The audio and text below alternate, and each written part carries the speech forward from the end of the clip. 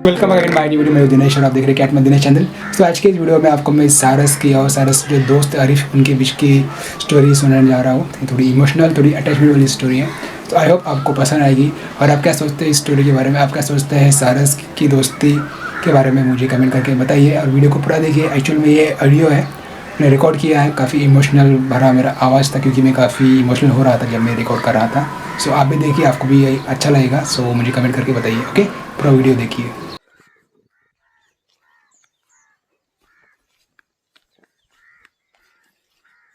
आरिफ के घर से लाकर रायबरेली के बख्शीवार में छोड़ दिया गया।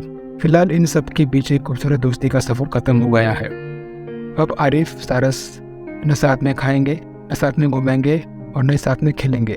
कुछ दिन पहले आरिफ जिन चीज़ों को जी रहा था, अब वो सब याद बनकर रह गया है। मुझे पता था कि वो लोग इसको ले जाएंगे, ऐसा आरिफ कहते हैं। तो सारस को वन विभाग की गाड़ी पर रखते समय मेरे हाथ कांप गए। ऐसा लग रहा था कि मेरी जिंदगी का एक खूबसूरत हिस्सा खत्म हो रहा है। लग रहा था कि समय कितनी तेजी से बीत गया है और मेरा दोस्त मुझसे अलग हो गया है। मुझे पहले से पता था कि वो लोग उसको लेकर जाएंगे, लेकिन फिर भी मन में थोड़ी सी उम्मीद थी कि हमारी दोस्ती और प्यार देखकर शायद सारस को छोड़ देंगे। लेकिन ऐसा हुआ नहीं। बल्कि जब मैंने सारस को गाड़ी में बैठा दिया तो वो एक कर्मचारी ने मुझे हाथ से पीछे कर दिया। मेरा दोस्त मुझे देख ना पाए, इसलिए इन लोगों ने गाड़ी को लाल रंग की पन्नी से ढक दिया। रास्ते भर में उसके सिर पर हाथ फिरता रहा। वो आगे कहते हैं, आरिफ आगे कहते हैं। जब वन विभाग की टीम गाड़ी से सारस को लेकर जा रही थी, गाड़ी आगे बढ़ी तो वो चिल्लाने लगा। इसके बाद उन लोगों ने मुझे भी साथ चलने के लिए कहा। मैं भी ये सोचकर अपने दोस्त के पास बैठ गया कि इसी बहाने कुछ देर का साथ और सही। रास्ते भर में उसके सिर पर हाथ फिरता रहा, उसको प्यार करता रहा। वो भी मुझे देख रहा था। 1 घंटे में हम लोग रायबरेली पहुंच गए। हाँ, मैंने अपने दोस्त को गाड़ी से उतारा। फिर दोस्त को पानी पिला रहे थे, लेकिन उसने नहीं पिया। बाद में मेरे हाथों से उसने पानी पिया। जब मैं वहाँ जहाँ भी जा रहा था, सरस मेरे पीछे पीछे आ रहा था। ये देखकर मुझे बहुत दुख हो रहा था कि हमेशा सलामत रहे, है ही मेरी दुआ। मेरी इतनी अच्छी दोस्ती किसी इंसान से नहीं हुई है, ऐसा आरिफ कहते हैं। मेरा तो ये सोच कर मन बैठा जा रहा है कि घर पर मैं क्या करूँगा। हर जगह वो मेरे साथ होता था, अब नहीं होगा। मेरी तालीम में खाना खाता था, मेरी गाड़ी के पीछे उड़ता था। अब वो मेरे पीछे नहीं रहेगा तो उसकी कमी खलेगी। गाँव में साथ साथ घूमता था। मेरी इतनी अच्छी दोस्ती किसी इंसान से भी नहीं हुई, इतनी सारस से हो गई। मैं उससे बात भी किया करता था। कभी कभी तो मेरे साथ ही सो जाया करता था। मुझे लगता था कि हम दोनों की दोस्ती को किसी की नज़र लग गई है। सारस के जाने पर घर में सब लोग रो रहे थे। हरी बताते हैं, मेरे पास लखनऊ से लेटर आया था कि वन विभाग की टीम सारस को ले जाएगी। तब से ही मेरी नींद गायब हो गई थी। मैंने यहाँ वन विभाग के अधिकारियों से बात भी की, लेकिन किसी ने मेरा दर्द नहीं समझा। 21 मार्च को जब वो लोग मेरे दोस्त को लेने आए तो मैं बिल्कुल शांत हो गया था। घर में सब रो रहे थे।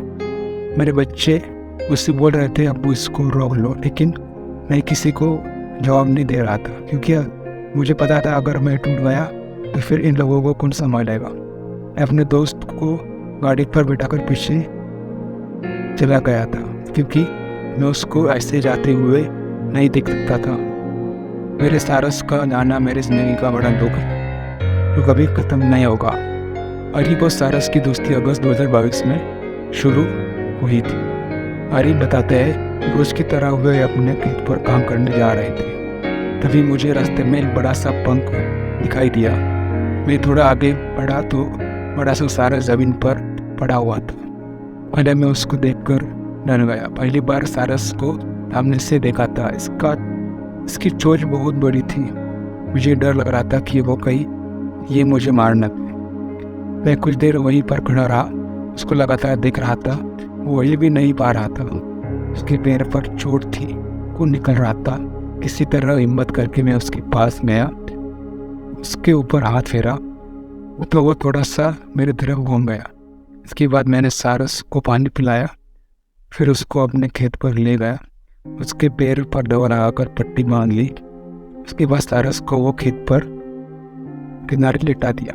आरिफ आगे कहते हैं, कुछ देर बाद मैं खाना आने जा रहा था, तभी मैंने सारस की ओर देखा। मैंने सोचा उसको भी कुछ खिला दूँ, लेकिन डर था कहीं वो चोट ना मार दे। तभी मैंने उसको दूर से रोटी फेंक कर दे दी, जो उसने खा ली।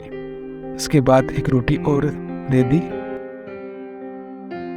जब मैं घर जाने लगा तो छोटे भाई को बुला लिया। उसके साथ मिलकर सारस को घर ले आया। वह उसको घर के अंदर बिस्तर पर रखा। रात में फिर से खाना खिलाया। इसने लगभग 1.5 महीने तक मैं करता रहा।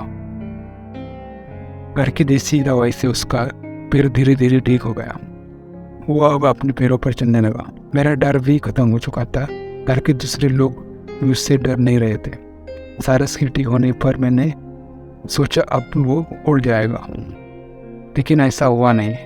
मैंने कभी देखा नहीं था कि किसी ने घर पर सारस को पाल रखा हो। फिल्मों में भी नहीं देखा। सब लोग घर पर कुत्ता, बिल्ली, बंदर, तोता ये सब पालते हैं, इसलिए मैंने भी उसको पालने के बारे में कभी सोचा नहीं था। लेकिन मेरा दोस्त सारस खुद ही मेरे पास रहने लगा। मुझे भी उससे इतना ज़्यादा लगाव हो गया कि मैंने भी उसको घर पर रख लिया। 7 महीने से हम लोग साथ थे। पता नहीं था इस तरह से अलग हो गए। आरिफ से सारस की दोस्ती कहाँ से उड़कर वापस जा सकता था। वही रायबरेली के एक वन अधिकारी ने बताया, सारस को एक रात तक निगरानी में रखा गया। उसके बाद सुबह उसे पक्षी विहार में छोड़ा गया। थोड़ी देर वो टहला, उसके बाद पक्षियों के साथ उड़ गया। हम लोगों ने फिर उसको गेहूँ खिलाया था। अब तो वो खुद ही अपने हिसाब से खा पी ले। बुधवार सुबह तक उसको हमारी टीम के लोगों ने देखा था, लेकिन उसके बाद से वो दिख नहीं रहा है। आरिफ से उसकी दोस्ती बहुत खास है, इसलिए कोई बड़ी बात नहीं है कि वो उसके पास उड़कर वापस चला जाए। स्टोरी आरिफ की और सारस के बीच में काफ़ी इमोशनल भरी है, और रेस्क्यू जिस तरीके से उन्होंने किया था कि ये तो नॉर्मल चीज़ थी, कोई भी इंसान ये करता, और शायद कोई भी इंसान अगर उनके लोगों में रहता तो शायद यही करता। बट ये वाइल्ड एनिमल है, ये वाइल्ड बर्ड है, इसी के कारण ये सारी चीज़ें हो रही है। बट इसमें कहीं ना कहीं पॉलिटिक्स भी आ चुका है। और मैंने वीडियो अपलोड किया था कल के दिन। मेरा इंटेंशन बिल्कुल साफ था।